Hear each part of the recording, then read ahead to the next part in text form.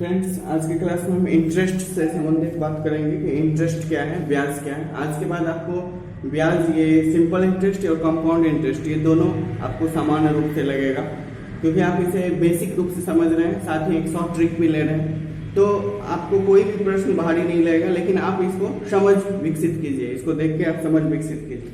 आइए हम simple interest की बात करते हैं और कंपाउंड इंटरेस्ट की बात करते हैं। चक्रवृद्धि ब्याज, इसको हम लोग बोलते हैं चक्रवृद्धि ब्याज, इसको बोलते हैं हम लोग साधारण ब्याज।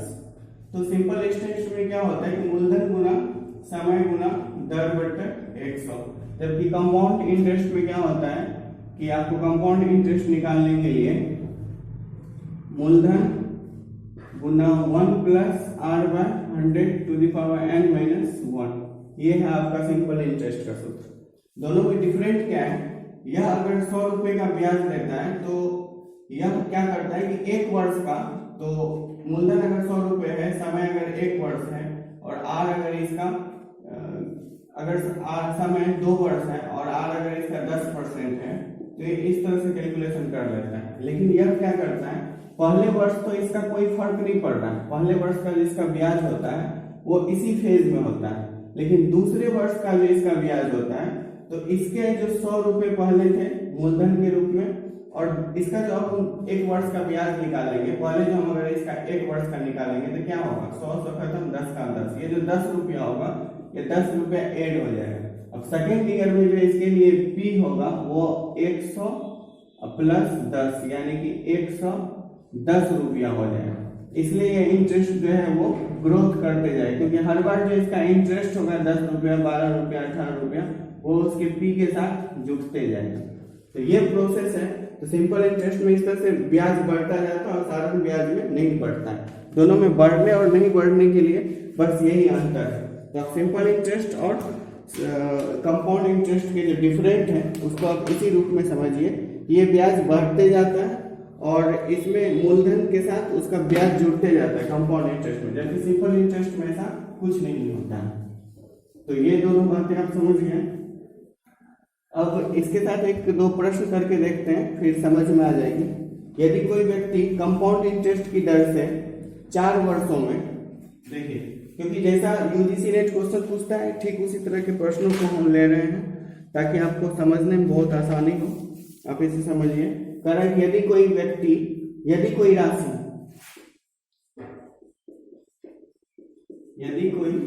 राशि कि कंपाउंड इंटरेस्ट का कोई दर है, कंपाउंड इंटरेस्ट की दर से 4 वर्षों में 600 रुपया, 4 वर्षों में 600 रुपया और 8 वर्ष में उसका हो जाता है 900 रुपया। तो राशि क्या है,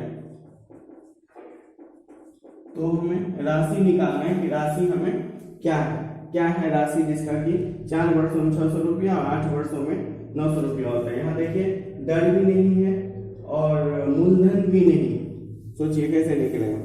तो इसको अगर हम निकालते हैं तो बेसिकली आप क्या देखिएगा, एक अगर सूत्र के अकॉर्डिंग इसको देखिएगा, कंपाउंड इंटरेस्ट का जो बेसिक सूत्र है उसके हिसाब से अगर हम इसको निकालने की कोशिश करते हैं तो यह हमको प्राप्त होगा कंपाउंड इंटरेस्ट में P into 1 plus r by 100 to the power n minus 1। इस बेस में हम निकालेंगे तो हमको P भी नहीं है तो P रहने देंगे, 1 भी नहीं है, R भी नहीं है, 100 n है सिर्फ हमारा, तो यहाँ 4 होगा माइनस 1 इज इक्वल टू 600।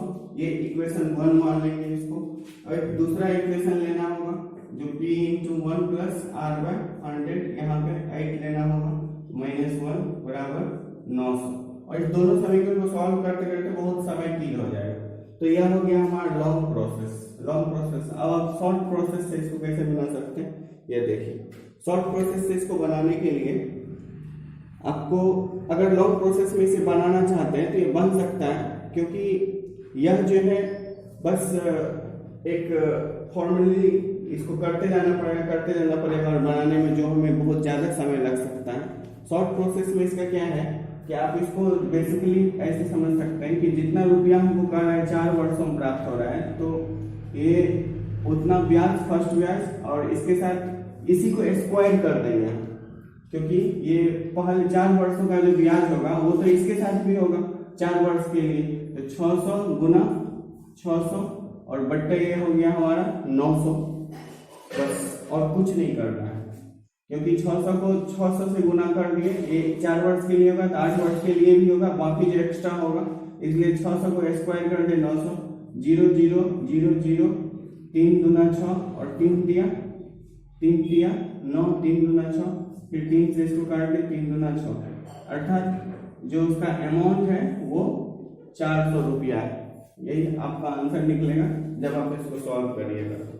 तो क्वेश्चन अगर इंटरेस्ट और कंपाउंड इंटरेस्ट से आता है तो आप लॉन्ग प्रोसेस बनाने से बचिए और शॉर्ट ट्रिक का यूज कीजिए, क्योंकि शॉर्ट ट्रिक हम भी बोल रहे हैं हमेशा नहीं यूज करते हैं हम लोग भी, या आप भी नहीं कर पाएंगे, क्योंकि कहीं ना कहीं एग्जाम में आपके दिमाग से शॉर्ट ट्रिक निकल जाएगा। तो बेसिक इंफॉर्मेशन जब बहुत ज्यादा होता है और बहुत ज्यादा लेंथी होता है तो शॉर्ट ट्रिक यूज करता है लोग, ऐसी कंडीशन में आप शॉर्ट ट्रिक यूज कीजिए।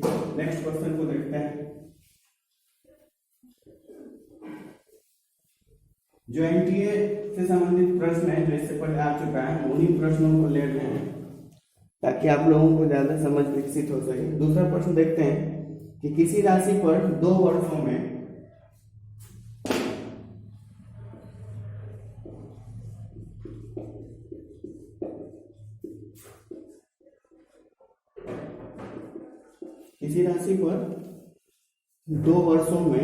साधारण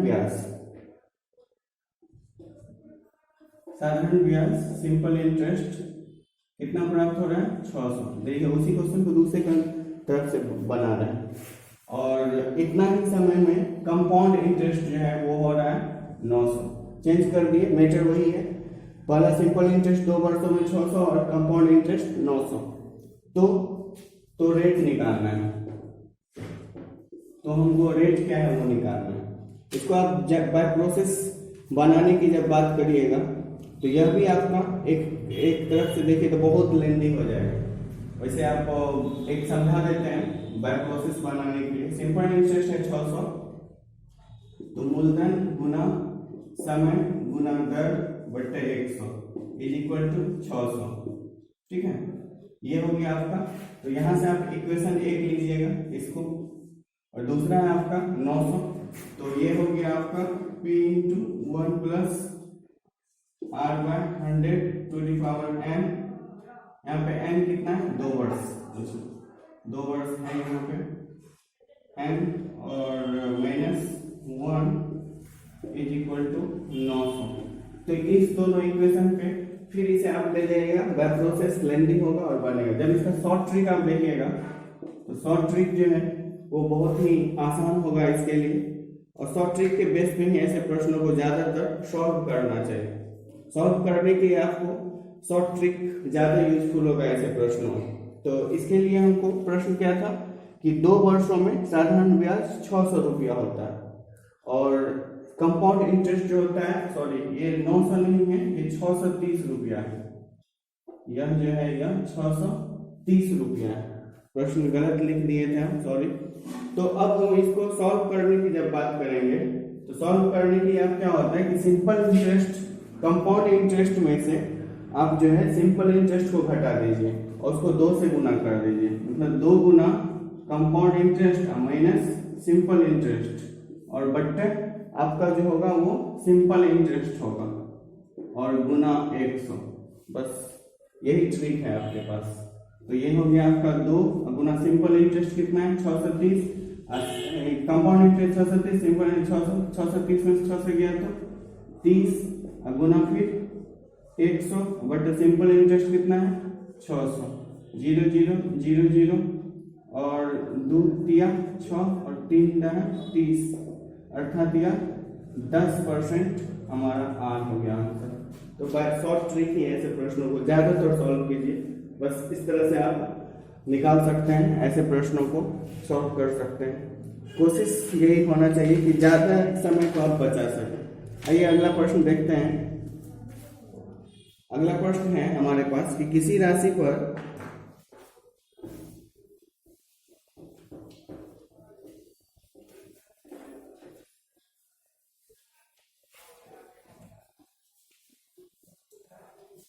कभी भी प्रश्न को आप जिस तरह से प्रश्न कर रहा है उसी तरह से आप उसकी उपयोगिता, उसका यूज देखने की कोशिश कीजिए, तो आपको भारी नहीं लगेगा। आप लोग पहले ही इसको एक दूसरे तरह से सोच लेते हो जो आपके कॉन्सेप्ट में चल रहा है कि ऐसा होता है, इंटरेस्ट बहुत टफ होता है, शायद इसलिए भारी लग रहा होगा। किसी राशि पर 10% की दर से, उसी प्रश्न को चेंज किया है हमने कि किसी राशि पर, आपने भी राशि देखा था, देख लीजिए आप, जवाब मिल जाएगा। किसी राशि पर 10% की दर से, उसका दर 10% निकला था। फर्स्ट क्वेश्चन में हमने राशि निकाली थी 400 रुपये, और दूसरे प्रश्न में हमने आर निकाला था 10%। उसी से लेके तीसरा प्रश्न बना दिए हैं कि किसी राशि पर 10% की दर से 2 वर्ष का सिंपल इंटरेस्ट एवं कंपाउंड इंटरेस्ट का अंतर 30 रुपये है, था भी, क्योंकि एक का 600 रुपया था, दूसरे का 630 था। तो आप उसी प्रश्न को हम दूसरे रूप में, स्ट्रक्चर में चेंज कर दिए। SI और CI का अंतर 30 रुपया है, तो P बराबर क्या होगा, P हमको निकालना है। तो इसको भी आप देखिए, अगर इसको हम बाय प्रोसेस लाते हैं तो बाय प्रोसेस में इसके लिए हम 2 वर्ष का पहले इंटरेस्ट निकालते हैं, सिंपल कंपाउंड इंटरेस्ट। तो कंपाउंड इंटरेस्ट निकालने के लिए हमको क्या करना पड़ता है, P इंटू 1 प्लस R कितना है 10/100, और N कितना है 2 माइनस 1 इज इक्वल टू कितना होगा, इज इक्वल टू नहीं लेना है, ये हो गया हमारा कॉमन सिंपल कंपाउंड इंटरेस्ट। इसमें से घटा लेना है किसको, सिंपल इंटरेस्ट। सिंपल इंटरेस्ट क्या है हमारा, P इंटू 2 इंटू 10/100। तो इसको जब हम सॉल्व करेंगे तो ये क्या होगा, 10 का 10 और 11, P इंटू 11/10 गुणा 11/10, 2 बार है तो 2 बार किए, माइनस 1 और माइनस ये 10 से इसको काट दीजिए, 10 इसको 5 से काट दीजिए, तो हो गया P/5। फिर दूसरी तरफ इसको जाते हैं, इतना बराबर कितना रुपया होगा, बराबर 30 रुपये आएगा। अब इसको भी हम करते हैं, तो ये हो जाएगा हमारा P, और ये हो गया आपको 121 minus 100/100 minus P/5 is equal to 30। इसको फिर हम करेंगे, ये हो जाएगा P इंटू 21, 21 को 121 में से 1 से जाएगा /100 माइनस P/5 बराबर 30। तो यहाँ से आप P निकालने की कोशिश कीजिएगा। तो 100 और 5 का लॉस हो गया आपको 100, ये हो गया आपको 21P माइनस 20 5 है 100। यहाँ पे आपको लिखना होगा 20P बराबर 30/10। तो 21P में से 20P जाएगा, तो ऑटोमेटिक आपके पास क्या बचेगा, P/100 बराबर 30/1, then P is equal to 30 गुना 100, 30 गुना 100, ये आपको प्राप्त हो गया P। इस तरह से आप एक लॉन्ग प्रोसेस में जाके आपने P को प्राप्त किया, जो P 3000 रुपया प्राप्त हो गया। अब इसका शॉर्ट ट्रिक आप देखिएगा, ये तो आप समझे लॉन्ग ट्रिक में, लॉन्ग प्रोसेस में। अब शॉर्ट ट्रिक देखिए, इसका शॉर्ट ट्रिक में आपने जो किया वो शॉर्ट ट्रिक कैसे बना है, P इंटू 10% आप थे, इसमें से कंपाउंड इंटरेस्ट लीजिएगा ना, तो इसके लिए भी सूत्र है कि P इंटू 10% का क्या होता है जी, 21/, यहाँ देखिए 11 गुना 11 21 से, तो ये जो हो रहा है 21/, आपको जो ये निकल रहा है 21/100, यही लिया जाता है शॉर्ट ट्रिक में।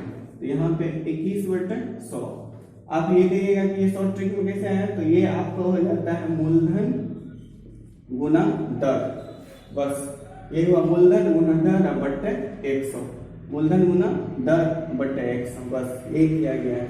ये हो गया आपका compound interest, compound interest minus फिर वो सिंपल इंटरेस्ट, मूलधन गुना समय गुना दर, तो 10 गुना यहाँ पे कितना प्राप्त होगा आपको, तो 2 और गुना 10/100 बराबर आपको 30 रुपया प्राप्त हो रहा है।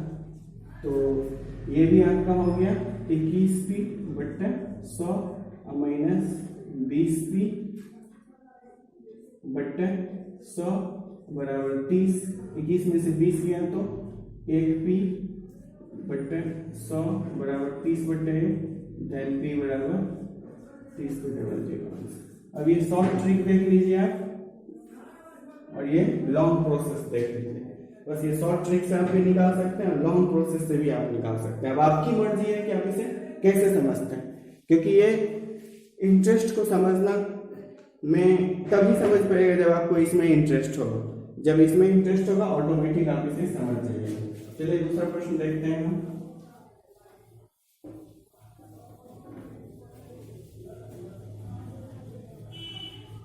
इंटरेस्ट में इंटरेस्ट होगा, ऑलरेडी इंटरेस्ट आपके पास होगा, अर्थात इंटरेस्ट आपके बस में होगा। दूसरा प्रश्न है हमारे पास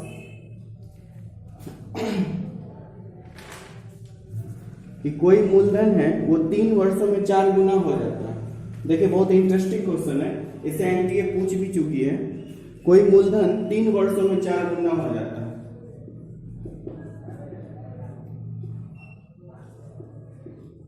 कोई मूलधन 3 वर्षों में 4 गुना हो जाता है, ठीक है। ये कंपाउंड इंटरेस्ट में ही चल रहा है, और उसी का कंपाउंड इंटरेस्ट पूछ रहा है कि कितने वर्षों में, यहाँ पूछा जा रहा है कि ये कितने वर्षों में यह 64 गुना हो जाएगा। इसको बनाने की जरूरत नहीं, क्यों? क्योंकि टाइम क्या है, इसको हम सॉल्व कर रहे हैं, और बाय ट्रिक इसको सॉल्व कीजिएगा। लंबा में बहुत समय की हो जाएगा आपका, और समय की हो जाने के कारण आप इसे सॉल्व नहीं कर पाइएगा। तो टाइम क्या है हमारा 3 इयर्स, ये 3 ही रहने दीजिएगा।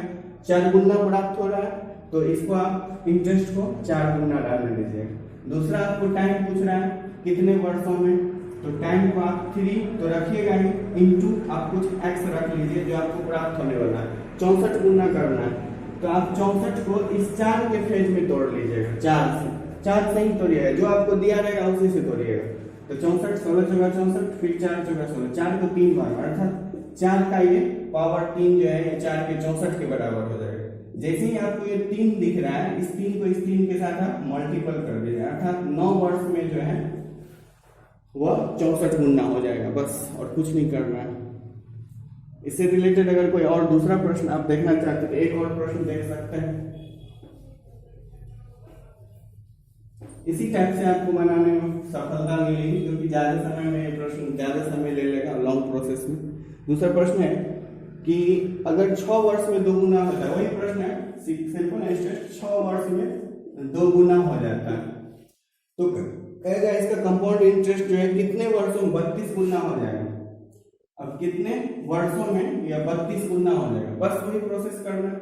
6 को 6 रखना है हमको, और 32 को 2 के फेज में तोड़ना है, बस इतना याद रखना है। 2 के फेज में 16 दूना 32, 2 8 दूना 16, 2 4 दूना 8, 2 दूना 4, 1 2 3 4 5, यानी कि आपको 2 पर कितना दिया 5।